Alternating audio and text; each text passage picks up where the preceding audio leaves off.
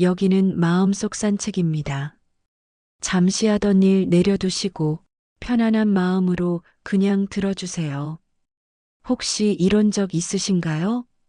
내일 만나기로 한 사람이 있는데 오늘부터 벌써 마음이 무겁습니다. 전화벨이 울렸는데 그 사람 이름이 뜨면 한숨부터 나옵니다. 만나고 나면 왜 그랬을까? 내가 뭘 잘못했을까? 곱씹게 됩니다. 그런데도 그 관계를 끊지 못하고 있습니다. 오래된 인연이니까, 가족이니까, 내가 참으면 되니까 하면서 말입니다. 그 마음 저는 압니다. 우리 세대는 참는 것이 미덕이라고 배웠습니다. 관계를 끊는 것은 인정머리 없는 일이라고 배웠습니다. 누군가와 멀어진다는 것은 실패처럼 느껴졌습니다. 그래서 오늘까지 수십 년을 그렇게 견뎌왔을 겁니다. 아프면서도 참았을 겁니다. 힘들면서도 괜찮다고 말했을 겁니다. 그런데 말입니다. 관계를 끊는 것이 문제가 아닐 수도 있습니다. 오히려 끊어야 할 관계를 붙들고 있는 것이 나를 더 힘들게 만들 수 있습니다. 문제는 사람이 아닙니다. 문제는 그 관계 안에서 내가 어떻게 변하고 있는가입니다. 어떤 관계는 세월이 지나도 편안합니다. 서로 늙어가는 모습을 보면서도 따뜻합니다. 말이 없어도 불편하지 않습니다. 그런데 어떤 관계는 만날 때마다 에너지가 빠져나갑니다. 만나기 전부터 피곤합니다. 만나고 나면 나 자신이 초라해집니다. 구독과 좋아요를 눌러두시면 이어지는 이야기도 편하게 만나보실 수 있습니다. 오늘 이 시간에는 두 가지를 나눠보려고 합니다. 하나는 계속 나를 힘들게 하는 사람과의 관계에서 끊어야 할 신호입니다. 다른 하나는 반대로 조용히 이어가도 되는 관계의 기준입니다. 이것은 사람을 판단하는 기준이 아닙니다. 관계를 함부로 끊으라는 이야기도 아닙니다. 다만, 이제는 나를 지키는 심리적 기준을 가져도 된다는 이야기입니다. 관계를 정리하는 것은 배신이 아닙니다. 나를 지키는 것은 이기심이 아닙니다. 우리는 이미 충분히 애써왔습니다. 이제는 지킬 관계만 남겨도 괜찮은 나이입니다. 그럼 지금부터 천천히 함께 살펴보겠습니다. 67세 김 선생님 이야기입니다. 김 선생님에게는 40년 지기 친구가 한 분 있습니다. 젊었을 때부터 같은 동네에 살았고 자녀들도 비슷한 나이에 결혼했습니다. 그런데 요즘 들어 그 친구를 만나기로 한 날이 다가오면 마음이 무거워집니다. 만나기 이틀 전부터 핑계를 생각하게 됩니다. 아프다고 해볼까, 손주를 봐줘야 한다고 해볼까 하면서 말입니다. 왜 그런지 김 선생님도 잘 모르겠습니다. 그 친구가 나쁜 사람은 아닙니다. 다만 만날 때마다 기운이 빠집니다. 만나고 나면 꼭 이런 말을 듣게 됩니다. 너는 참 편하게 사네. 나는 얼마나 바쁜데. 너희 아들은 효자지. 우리 딸은 맨날 바빠서 연락도 잘 안 해. 요즘 물가가 얼마나 비싼데 너는 돈 걱정 없어서 좋겠다. 김 선생님도 힘든 일이 많습니다. 남편은 아프고 경제적으로 여유롭지도 않습니다. 하지만 그 친구 앞에서는 그 이야기를 꺼낼 수가 없습니다. 왜냐하면 이야기를 돌아오는 반응이 이렇기 때문입니다. 그래도 너는 낫지. 나는 더 힘들어. 결국 김 선생님은 만날 때마다 밝은 척, 괜찮은 척 하게 됩니다. 그리고 집에 돌아와서 혼자 지쳐 있습니다. 심리학에서는 이것을 예상 불안이라고 부릅니다. 미국의 심리학자 베크는 이런 실험을 했습니다. 사람들에게 내일 만나야 하는 사람을 떠올리게 한 후 그 순간의 감정을 측정했습니다. 그 결과 어떤 사람들은 만남을 떠올리는 순간 심박수가 올라가고 스트레스 호르몬이 증가했습니다. 아직 만나지도 않았는데 말입니다. 흥미로운 것은 이런 반응이 나타난 관계는 대부분 의무적으로 유지되는 관계였다는 점입니다. 오래됐으니까, 끊을 수 없으니까 유지하는 관계였습니다. 반대로 편안한 관계에서는 만남을 기대하는 순간 긍정적인 호르몬이 분비되었습니다. 이 신호의 본질은 무엇일까요? 그것은 내 몸이 이미 알고 있다는 것입니다. 이 관계가 나에게 안전하지 않다는 것을 말입니다. 만나기 전부터 마음이 무거워진다는 것은 그 관계 안에서 내가 나답지 못하다는 뜻입니다. 진짜 내 모습을 숨겨야 하고 힘든 것도 말할 수 없고 늘 맞춰줘야만 하는 관계입니다. 이것은 그 사람이 나쁘다는 말이 아닙니다. 다만 이 관계 안에서 나는 회복되지 않고 소진되고 있다는 뜻입니다. 우리 몸은 거짓말을 하지 않습니다. 마음이 무거워진다는 것은 몸이 보내는 신호입니다. 독일의 철학자 쇼펜하우어는 이렇게 말했습니다. 우리는 혼자 있을 때 가장 덜 외롭다. 이 말은 잘못된 관계 속에 있는 것이 진짜 외로움이라는 뜻입니다. 사람과 함께 있어도 내가 사라지는 관계라면 그것이 진짜 외로움입니다. 만나기 전부터 마음이 무거운 관계가 있다면 그것은 당신의 잘못이 아닙니다. 당신이 예민한 것도 아니고 인내심이 부족한 것도 아닙니다. 다만 그 관계가 더 이상 당신에게 안전하지 않다는 신호일 수 있습니다. 이제는 그 신호를 존중해도 괜찮습니다. 당신은 이미 충분히 오래 참았습니다. 72세 박 여사님의 이야기입니다. 박 여사님에게는 친언니가 한 분 계십니다. 어릴 때부터 언니는 항상 옳았고 박 여사님은 늘 틀렸습니다. 지금도 그렇습니다. 얼마 전 박 여사님은 손주를 위해 장난감을 하나 샀습니다. 요즘 아이들이 좋아한다는 블록 장난감이었습니다. 그런데 언니에게 이 이야기를 했다가 이런 말을 들었습니다. 요즘 그런 플라스틱 장난감은 안 좋대. 아이 두뇌 발달에 나쁘다더라. 박 여사님은 황급히 설명했습니다. 아니야, 이건 교육용이야. 창의력 발달에 좋다고 해서 샀어. 그러자 언니가 말했습니다. 그래도 요즘은 자연 소재 장난감이 대세야. 넌 공부를 좀 해야겠어. 박 여사님은 또 설명했습니다. 나도 알아봤어. 그런데 아이가 이걸 좋아한다고 하더라고. 이 대화는 결국 박 여사님이 지쳐서 그래, 언니 말이 맞아라고 말하는 것으로 끝났습니다. 이런 일은 비단 장난감 이야기만이 아닙니다. 박 여사님이 무슨 이야기를 해도 언니는 항상 더 나은 방법을 알고 있습니다. 그리고 박 여사님은 늘 설명하고 해명하고 결국 미안해하게 됩니다. 심리학자 고트만은 부부관계를 연구하면서 흥미로운 사실을 발견했습니다. 건강한 관계에서는 한 사람이 말할 때 상대방이 그 말을 받아들이는 반응을 보였습니다. 그렇구나, 그랬겠네, 내 생각은 그런 거구나 같은 반응입니다.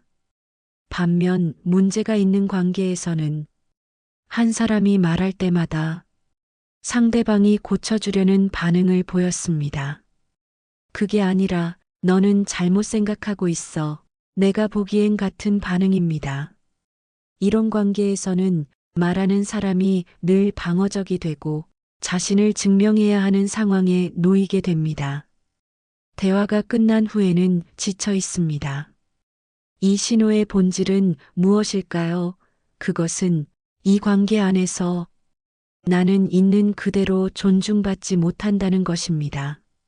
내가 한 선택, 내가 느낀 감정, 내가 생각한 방식이 늘 수정되어야 할 대상이 됩니다. 그리고 나는 그것을 정당화하고 설명하고 결국 미안해하게 됩니다. 이것은 상대가 일부러 나를 공격하는 것이 아닐 수도 있습니다. 다만 그 사람의 방식 안에서 나는 늘 부족한 사람이 됩니다. 문제는 이런 관계가 오래되면 나 자신도 내 선택을 믿지 못하게 된다는 것입니다. 무언가를 결정할 때마다 이게 맞나? 하고 불안해집니다. 프랑스의 철학자 사르트르는 이렇게 말했습니다. 타인은 나를 대상으로 만든다. 이 말의 뜻은 어떤 관계 안에서 나는 주체가 아니라 판단의 대상이 된다는 것입니다. 늘 평가받고 수정되고 고쳐져야 하는 존재가 되는 것입니다. 누군가 앞에서 늘 설명하고 해명하고 변명하게 된다면 그것은 당신이 잘못 말한 것이 아닙니다. 당신의 생각이 부족한 것도 아니고 당신의 선택이 틀린 것도 아닙니다. 다만 이 관계 안에서 당신은 있는 그대로 받아들여지지 않고 있을 가능성이 있습니다. 이제는 내 생각과 감정을 증명하지 않아도 되는 관계를 선택해도 괜찮습니다. 당신은 이미 충분히 애써왔습니다.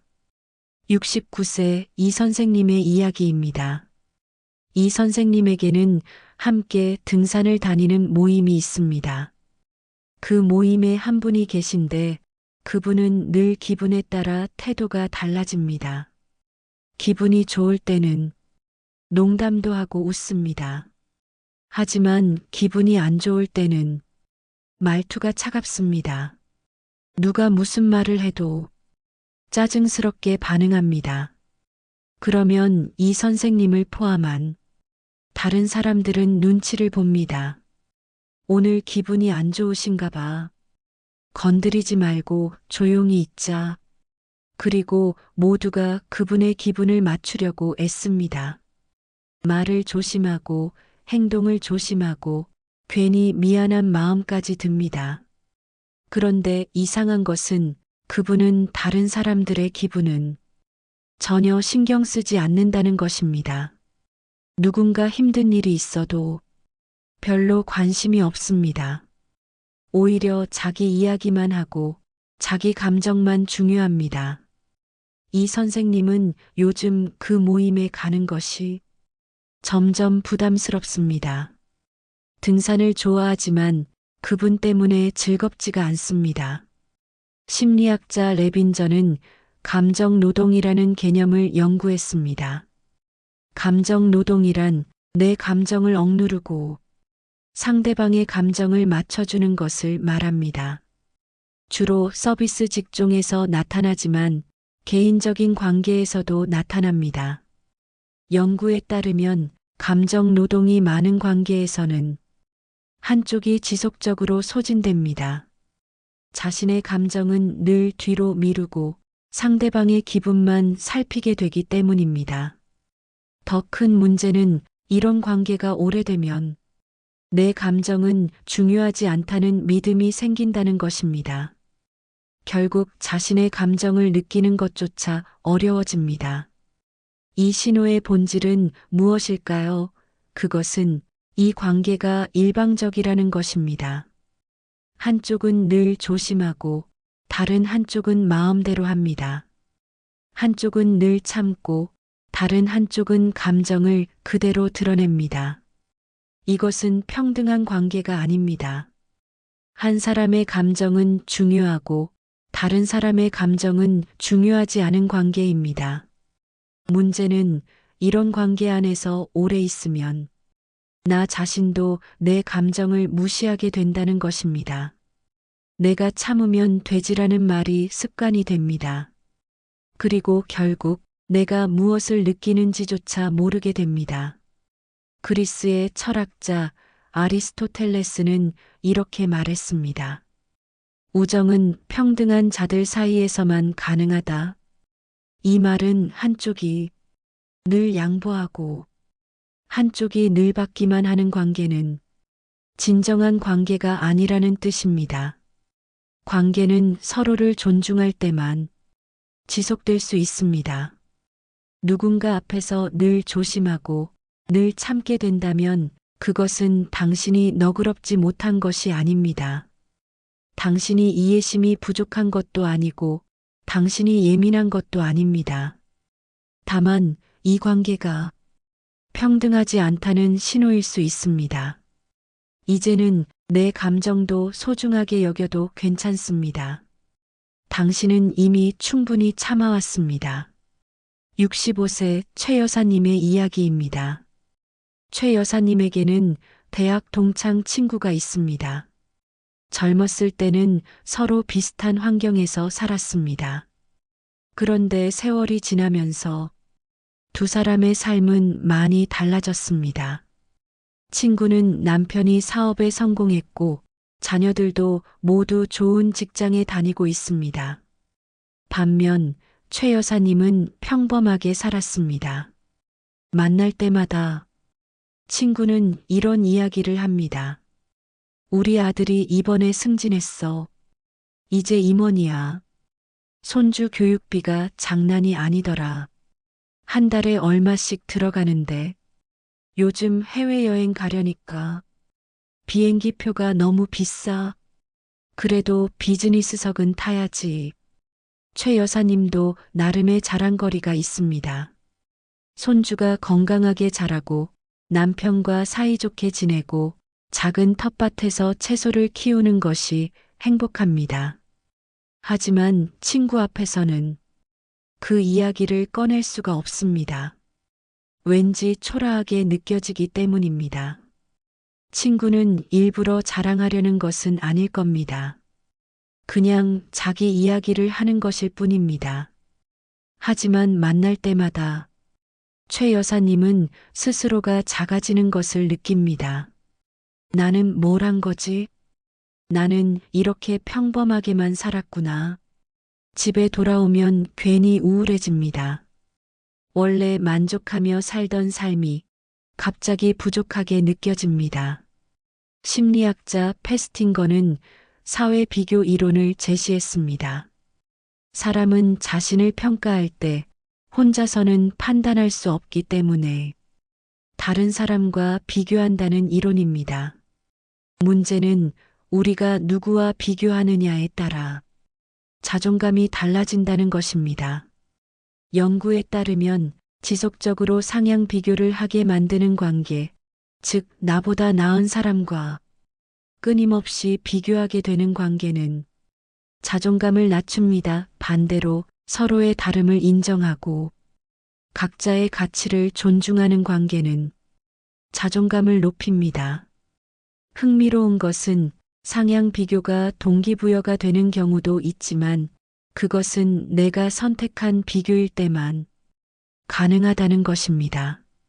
관계 안에서 강제로 비교당하는 상황에서는 오히려 무력감만 커집니다.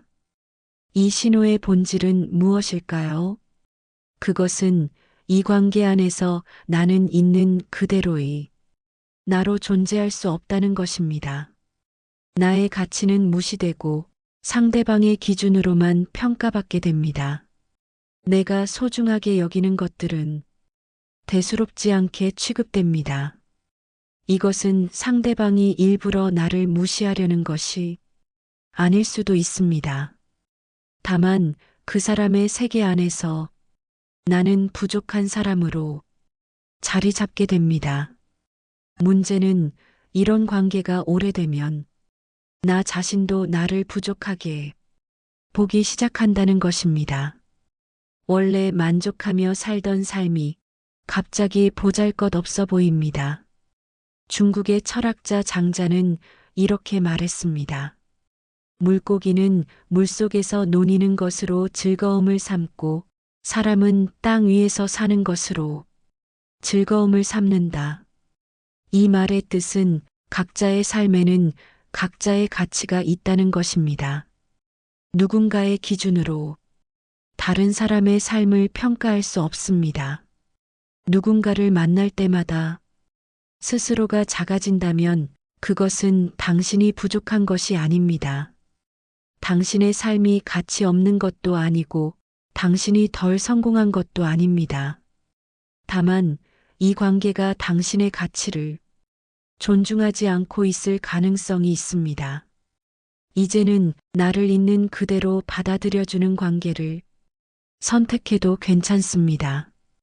당신의 삶은 이미 충분히 소중합니다. 71세 정 선생님의 이야기입니다. 정 선생님에게는 사촌 형제가 한 분 계십니다. 어릴 때 같은 동네에서 자랐고 부모님들끼리 친하셨기 때문에 자주 만났습니다. 하지만 나이가 들면서 두 사람은 많이 달라졌습니다. 성격도 다르고 사는 방식도 다르고 생각하는 것도 다릅니다. 그래도 명절 때마다 만나고 생일 때마다 전화합니다. 왜냐하면 가족이니까요. 오래된 인연이니까요. 그런데 요즘 정 선생님은 이런 생각이 듭니다. 만나지 않으면 안 되나? 이 관계를 꼭 유지해야 하나? 만나도 특별히 즐겁지 않습니다. 전화해도 할 말이 별로 없습니다. 그냥 안부만 묻고 형식적인 이야기만 나누고 끝입니다. 그런데 만나지 않으면 왠지 죄책감이 듭니다. 내가 너무한 건가? 가족인데 이러면 안 되는 건가? 정 선생님은 이 관계를 유지하는 이유가 의무감 때문이라는 것을 알고 있습니다. 좋아서가 아니라 해야 할 것 같아서입니다. 심리학자 딕시는 의무적 관계에 대한 연구를 했습니다.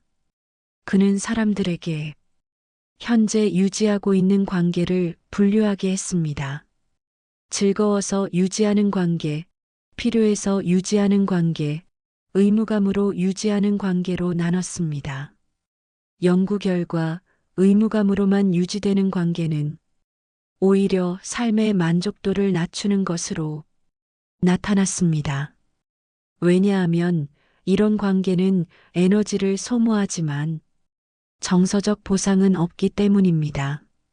더 흥미로운 것은 의무감으로 유지하는 관계를 정리한 사람들이 오히려 죄책감을 덜 느끼고 더 자유롭고 편안해졌다는 것입니다. 관계를 끊는 것이 문제가 아니라 억지로 유지하는 것이 더 큰 부담이었던 것입니다. 이 신호의 본질은 무엇일까요? 그것은 이 관계가 더 이상 살아있는 관계가 아니라는 것입니다. 관계는 서로 주고받는 것입니다. 즐거움, 위로, 이해, 공감 같은 것들을 나누는 것입니다. 하지만 의무감으로만 유지되는 관계에서는 주고받는 것이 거의 없습니다. 그냥 관계를 유지하는 것 자체가 목적이 됩니다. 이것은 그 사람이 나쁘다는 말이 아닙니다. 다만 세월이 지나면서 두 사람의 삶이 너무 달라졌고 이제는 연결되는 지점이 거의 없다는 뜻입니다. 문제는 이런 관계를 억지로 유지하는 오히려 서로에게 부담이 된다는 것입니다. 프랑스의 철학자 몽테뉴는 이렇게 말했습니다. 진정한 우정은 의무가 아니라 기쁨에서 나온다. 이 말은 관계가 의무로 느껴진다면 그것은 이미 관계가 아니라는 뜻입니다. 관계는 함께 있는 것이 즐거울 때 의미가 있습니다. 어떤 관계를 의무감으로만 유지하고 있다면 그것은 당신이 냉정한 것이 아닙니다. 당신이 인정머리 없는 것도 아니고 당신이 가족을 소중히 여기지 않는 것도 아닙니다. 다만 이 관계가 더 이상 서로에게 의미 있는 관계가 아닐 가능성이 있습니다. 이제는 의미 있는 관계에만 에너지를 쏟아도 괜찮습니다. 당신은 이미 충분히 오래 의무를 다해왔습니다. 68세 한 선생님의 이야기입니다. 한 선생님에게는 20년 넘게 알고 지낸 친구가 있습니다. 이 친구는 말이 많고 에너지가 넘치는 분입니다. 어느 날 한 선생님이 피곤했습니다. 건강검진을 받고 온 날이었고 몸도 마음도 지쳐 있었습니다. 그런데 친구가 전화를 했습니다. 평소처럼 신나게 이야기를 했습니다. 자기 이야기, 주변 사람 이야기, 텔레비전에서 본 이야기까지. 한 선생님은 평소 같으면 그냥 들어주었을 겁니다. 하지만 그날은 정말 힘들었습니다. 그래서 조심스럽게 말했습니다. 미안한데 오늘은 좀 피곤해서 통화를 짧게 하면 안 될까? 순간 한 선생님은 후회했습니다. 내가 너무한 건가? 친구가 섭섭해하면 어떡하지? 그런데 친구의 반응은 예상과 달랐습니다. 아이고, 내가 몰랐네. 괜찮아. 푹 쉬어 나중에 통화하자. 그 뒤로도 친구는 여전히 전화를 했고 여전히 이야기를 많이 했습니다. 하지만 한 선생님이 피곤하다고 하면 바로 이해해 줬습니다.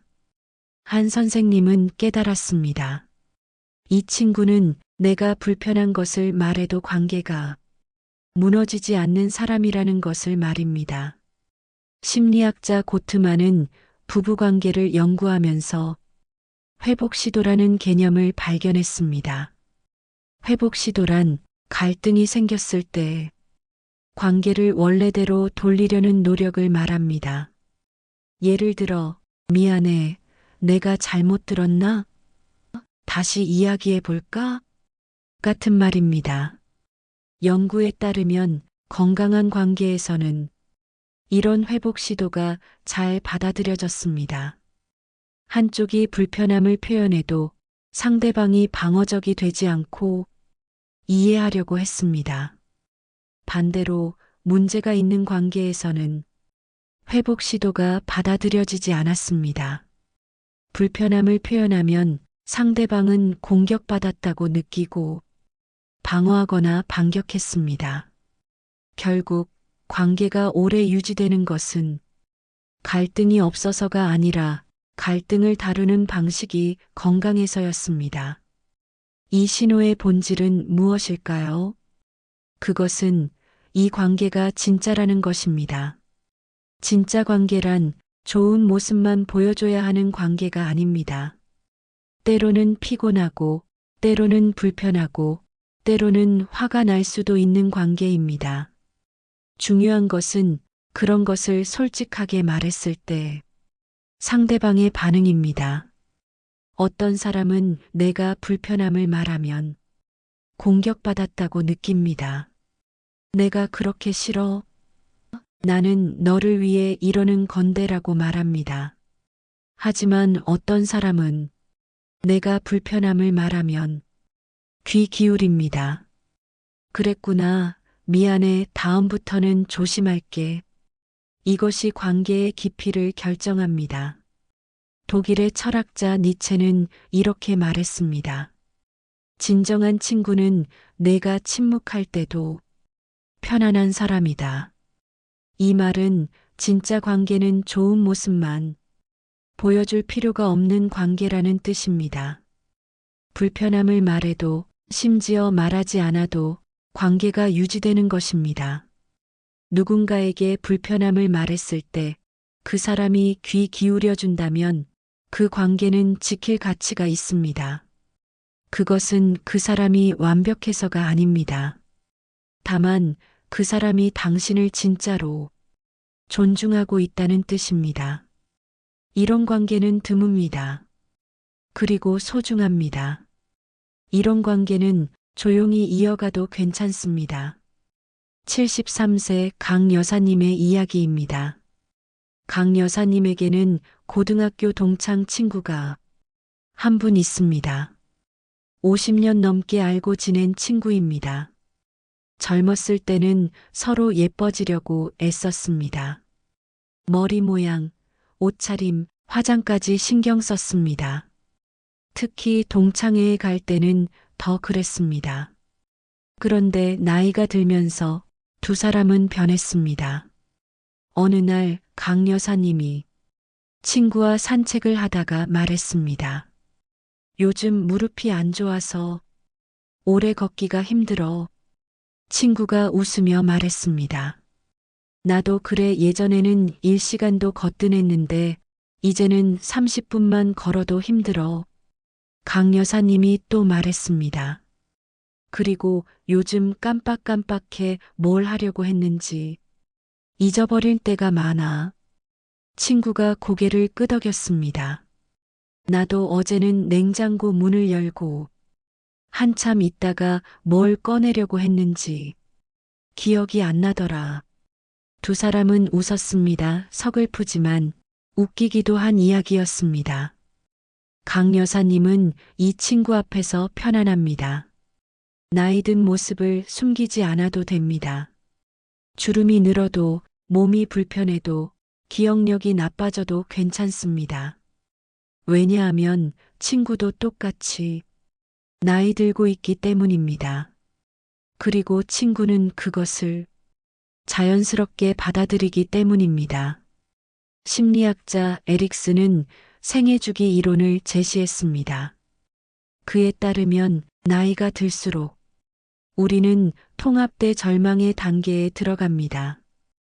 이 시기에는 지금까지의 삶을 받아들이고 통합하는 것이 중요합니다. 연구에 따르면 노년기에 가장 의미 있는 관계는 있는 그대로의 나를 받아들여주는 관계였습니다. 젊었을 때의 모습이 아니라 지금의 모습을 존중해주는 관계였습니다. 흥미로운 것은 이런 관계에서는 외로움이 감소하고 삶의 만족도가 높아진다는 것입니다. 나이 듦을 함께 나눌 수 있는 사람이 있다는 것만으로도 큰 위안이 되었습니다. 이 신호의 본질은 무엇일까요? 그것은 이 관계가 시간을 함께 견디고 있다는 것입니다. 어떤 관계는 젊음에 기대어 있습니다. 예뻤던 모습, 건강했던 모습, 활발했던 모습에 기대어 있습니다. 그래서 나이가 들면 불편해집니다. 하지만 어떤 관계는 시간과 함께 성숙합니다. 서로의 변화를 받아들이고 함께 늙어가는 것을 자연스럽게 여깁니다. 이런 관계는 내가 완벽하지 않아도 괜찮은 관계입니다. 주름이 늘어도 기억력이 나빠져도 몸이 불편해져도 여전히 나를 존중해주는 관계입니다.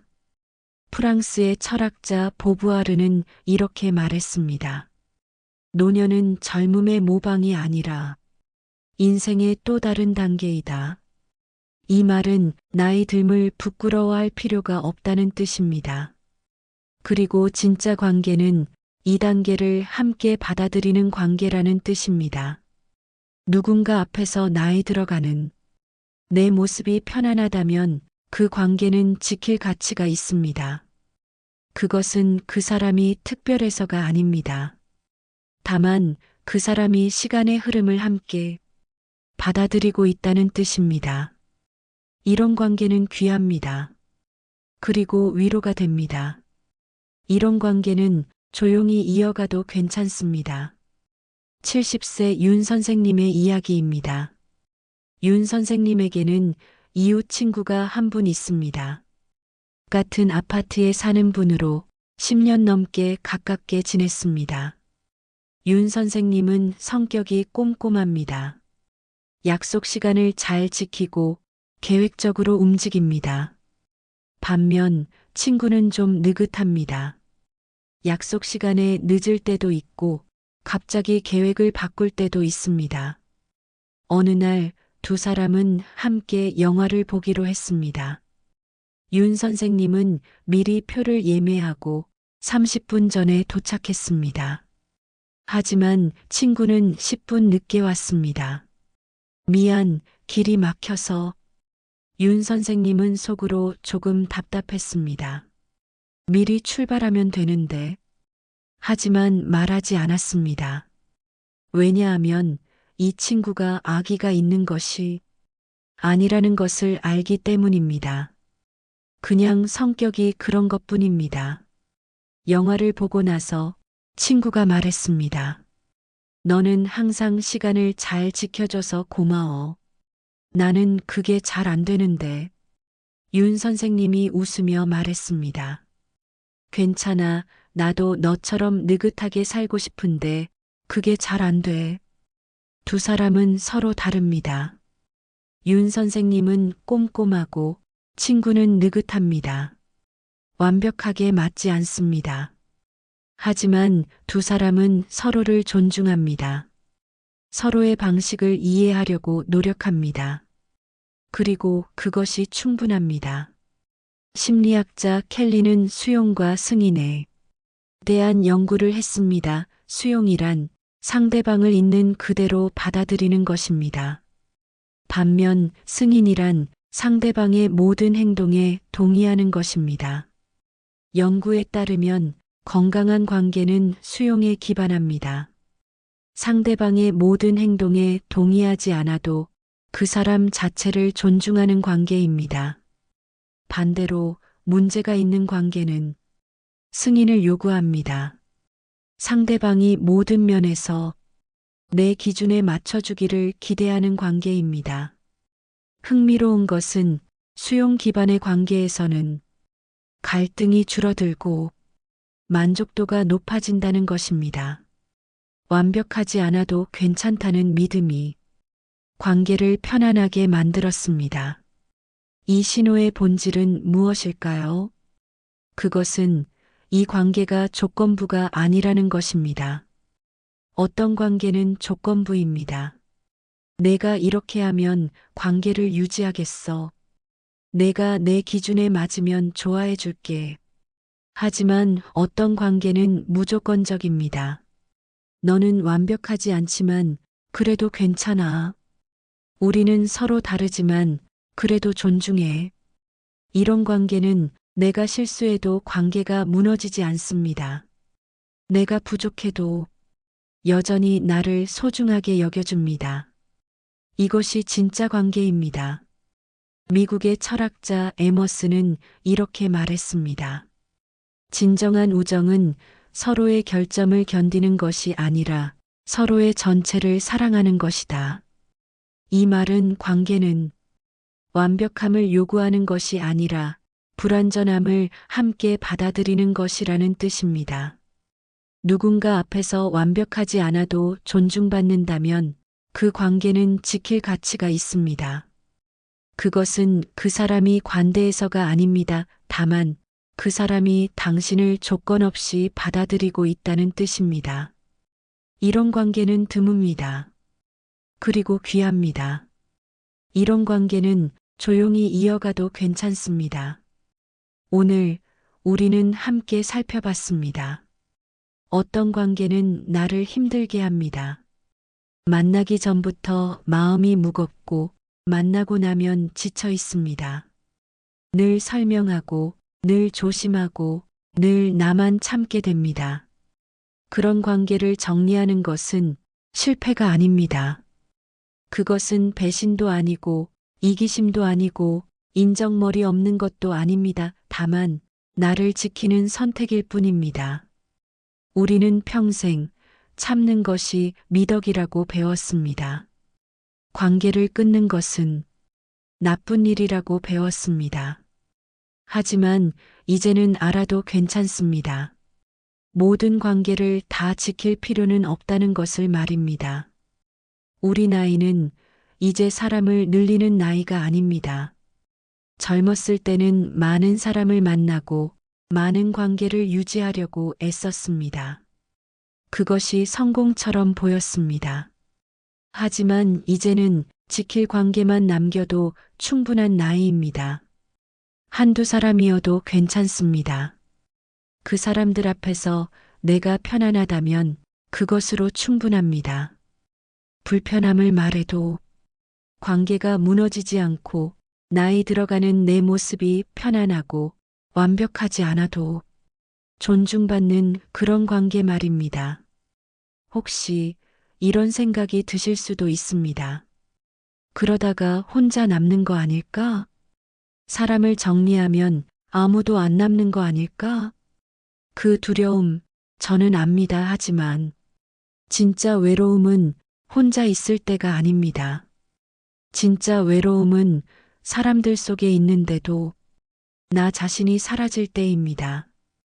혼자 있어도 편안한 것이 사람들 속에 있는데 힘든 것보다 낫습니다. 그리고 기억하십시오. 진짜 관계는 숫자가 아닙니다. 깊이입니다. 관계를 정리하는 것은 용기가 필요한 일입니다. 오랜 세월 함께했던 사람과 멀어진다는 것은 쉬운 일이 아닙니다. 가족이고 오래된 인연이라면 더 그렇습니다. 하지만 때로는 그 용기가 필요합니다. 나를 지키기 위한 조용한 용기 말입니다. 그것은 상대방을 공격하는 것이 아닙니다. 단지 더 이상 나를 소진시키지 않는 것입니다. 만나지 않아도 괜찮습니다. 연락하지 않아도 괜찮습니다. 그것이 서로에게 더 나은 선택일 수 있습니다. 당신은 이미 충분히 애써왔습니다. 충분히 참았고, 충분히 이해했고, 충분히 배려했습니다. 이제는 나를 편안하게 해주는 관계만 남겨도 괜찮습니다. 그것은 이기적인 것이 아닙니다. 그것은 나를 존중하는 것입니다. 관계는 많은 것이 중요한 것이 아닙니다. 진짜인 것이 중요합니다. 오늘 이 시간이 당신에게 작은 위로가 되었기를 바랍니다. 그리고 나를 지키는 용기를 내는데 작은 도움이 되었기를 바랍니다. 당신의 선택을 저는 응원합니다. 오늘의 마음속 산책은 여기까지입니다. 함께 해주셔서 감사합니다. 구독과 좋아요를 눌러두시면 마음이 편해지는 이야기를 계속 전해드릴 수 있습니다. 언제든 마음속 산책에서 다시 뵙겠습니다.